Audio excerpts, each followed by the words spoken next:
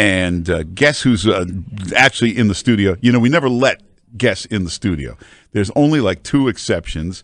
Steve Sharippa, although we've convinced him now you can do it on the phone, but the only exception we allow in the studio is Ann Coulter. Ann Coulter, how are you? Fantastic. How are you, Mark Simone? Very good. Say hello to Joe Bartlett. Hello, Joe Bartlett. How are you? Good to see you again. Do you do weather? He's the news director, and he is... I know. I just thought among news, because I was going to give you a little weather report. We have the weather coming in. Is it raining? It's awful. Don't leave your home. Oh, wow. This would be a very bad day to agree to do a radio show in studio. Oh, well, you probably weren't listening the first hour. We had bets going on whether you would write me and say, you know what, let's do it on the phone. Oh, I'd never do that. But she's like, somebody gave me this great motto. I put it up yesterday, and you should live your life by this. Always... get up, dress up, show up, never give up. That's good. That sounds like a showbiz motto. All right, forget about it. Not a good No, motto. that's not. Doesn't make it a bad thing. Oh. I'm just guessing that it came from somebody in showbiz. No. Yeah, probably. Yeah. Did you watch the Al Smith dinner last night? Since I came in Tourette'ing about it, you know you don't want to ask me about that, and you're a candidate. What on earth? If Trump wins, it's going to be completely despite him. Now, what? You're his candidate. Well, I thought he was yours. Yeah, look what at my happened? T-shirt. Yeah. What does it say? Well, that's oh yeah. Oh, that's a nice. Where'd you get that? That's a nice looking T-shirt. Thank you. Oh, it sounded like you can get it disowned on my him, though. webpage. No, I'm just. You can get that on your webpage? Yes, you can, and you can get it in men's size. You can get hoodies. You can get, like I wear the V-neck or the tank tops in Trump We Trust E Pluribus Awesome. But it's a good looking shirt. Did you have that made? It's fantastic looking, isn't it? That is very good looking. You go to AnnCoulter.com. You can get it there. By the way, her new book is in Trump We Trust, and we'll get to that in a minute. And a nice eagle on it. It's very attractive. I'm going to have you take a picture with me on it so you can put it on your webpage. But no, he had a few good jokes. And then for the first time in my life, because people keep saying this, and it's so stupid. I mean, he's given up so much to run for president. I really do think Donald Trump is a patriot, and he ran because he wants to fix things about the country. And you keep hearing people say, oh, does he really want to win? And I was really annoyed until I saw him last night at the Al Smith dinner. The reason I've been able to maintain my equanimity and optimism about this election is that I avoid watching him and I avoid watching news. But one of my comedy writing friends in L.A. emailed me with a series of Tourette'ing remarks that were similar to the ones I walked in saying. Yeah. So I went and I watched it online. And oh my gosh, what is he doing, Mark Simone? Well, he started with 10 incredibly funny minutes, getting at certain points. I agree with that. They weren't incredibly funny, but he had a few good jokes. 2 jokes that a lot of people said, those are the funniest jokes we've ever heard here. Now, you have to remember one thing. Melania and Hillary's campaign advisors, I thought was good. There's another one before that, but if you watch on TV, it didn't sound like the laughs were that loud. And the other one, the man can't tell a joke. It's amazing he's made so much money as an entertainer. Actually, his best joke he ruined because he has no sense of how to tell a joke. So, maybe work with comedy writers before appearing at a comedy show.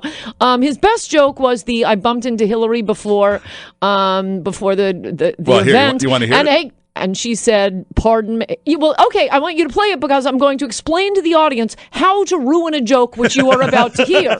So the audience hears him say, and she said, pardon me. The audience, I've never heard such a laugh. Everybody gets it. He just pauses. It's brilliant. It's fantastic. How do you ruin that?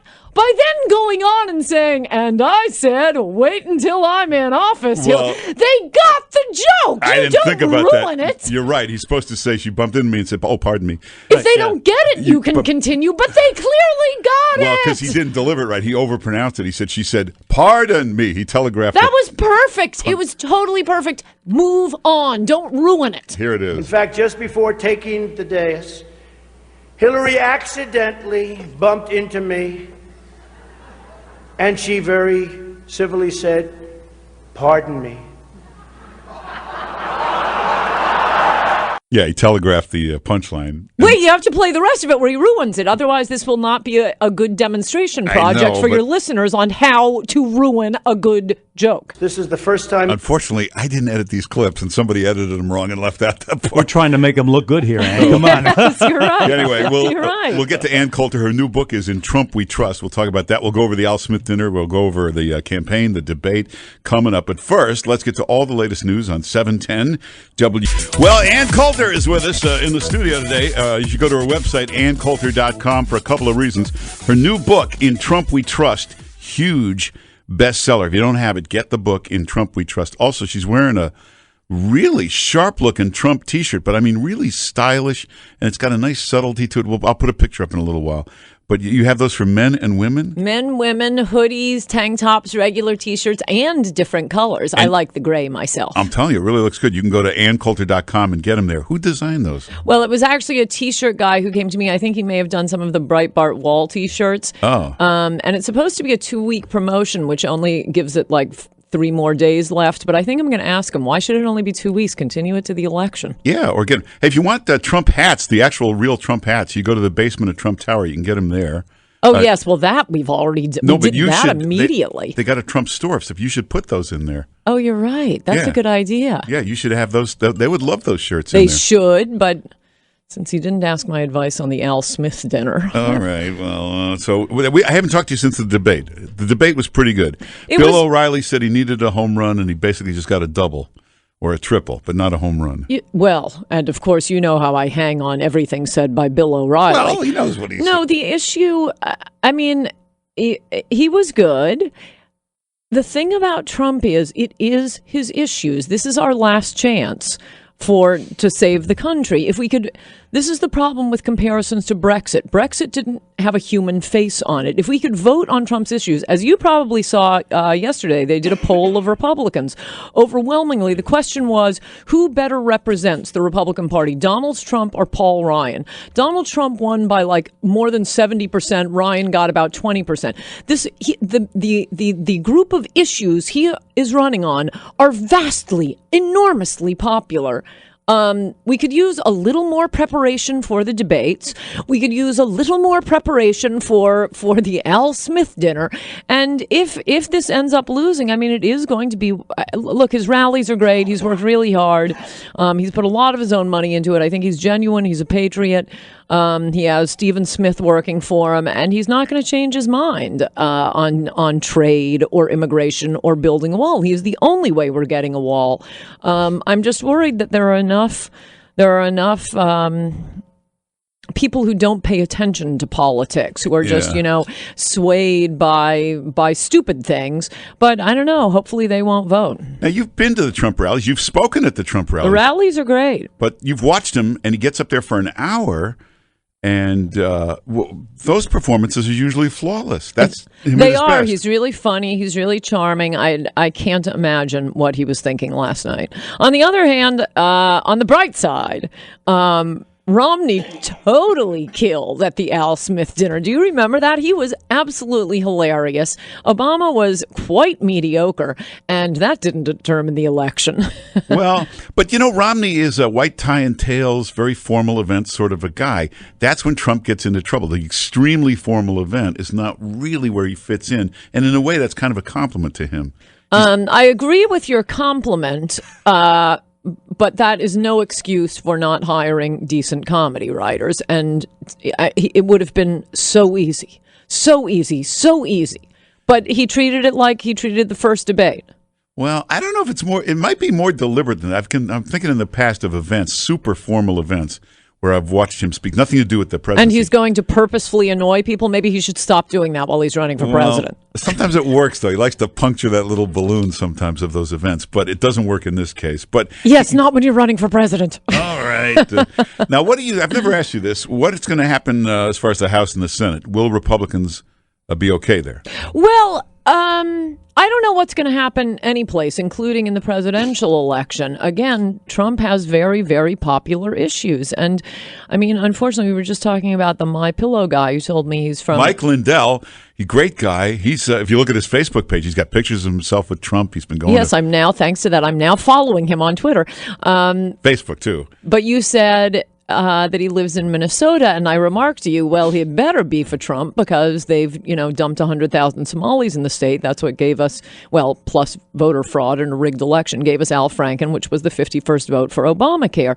That's the macro way the left, the Democrats, are rigging these elections. They have brought in 40 million ringers to vote for them since the 1965 Immigration Act. So, maybe they've already stacked the country and there's no way any Republican can win. But the problem, and that's what we're going to find out this election, the problem with the mass immigration of third world immigrants who consume an enormous amount of welfare, commit an enormous amount of crime, and periodically commit terrorism against Americans is states are either in a state of blissful ignorance or point of no return. So California, point of no return. Right. Minnesota could be point of no return now. We just don't know how many states they have already stacked for themselves by 50 years of third world immigration. We're bringing in 1 million. This is legal immigrants, 1 million immigrants every year, 90% from the third world. It may be over already. We'll find out in this election. But if it's not already over, 4 years of Hillary and it is over. So no matter what Trump does at an Al Smith dinner, and I hope your listeners did not see that last night or it wasn't that bad. Tuned it out after the first 10 minutes. And it doesn't matter. I mean, it's not Trump's personal baggage. He is the only vessel we have right now to save the country. What about the argument? I talked to some of the biggest establishment people, and they'll tell you off the record, even if he gets in, we'll close ranks. He'll get nothing done. I know what he wants to do, and he'll try, but he will not be able to get this done in the government. This is why the establishment is the establishment, and we now have a populace that manifestly detests both political parties. I mean, the fact that Bernie Sanders almost won, and by the way, would have won without the DNC rigging the election. The fact that we almost had Bernie Sanders, this crazy socialist independent, running against Donald Trump, I think that's a pretty good indicator that the American people hate both political parties. And why is it that they say stupid things like this? And why is that stupid? For one thing, 90% of the things Trump is talking about are 100% the prerogative of the president. No checking with Congress, no need for any funding approval. Building a wall, he's the commander in chief. He has 100% authority to do that. That is part of his duty as commander in chief, to defend the borders. Determining what our immigration rules shall be. The president of the United States could say, okay, that's it, we're having a moratorium. He could say we want only redheads. He could say we want no redheads. He could say we only want left-handers. We want people of a certain age. 100% the prerogative of the president, who could possibly say we don't want any more immigrants whose religion teaches them that we are infidels and they should kill us. The trade deals. Yes. Of course, that's 100% what the president does. In fact, the only thing that I can think of that he's talked about, of the important aspects of going to war. He's the commander-in-chief of no-fly zone over Syria that Hillary wants, which will immediately start World War III. So look forward to that. Whether we go to war, he's the commander-in-chief. He decides whether to deploy troops.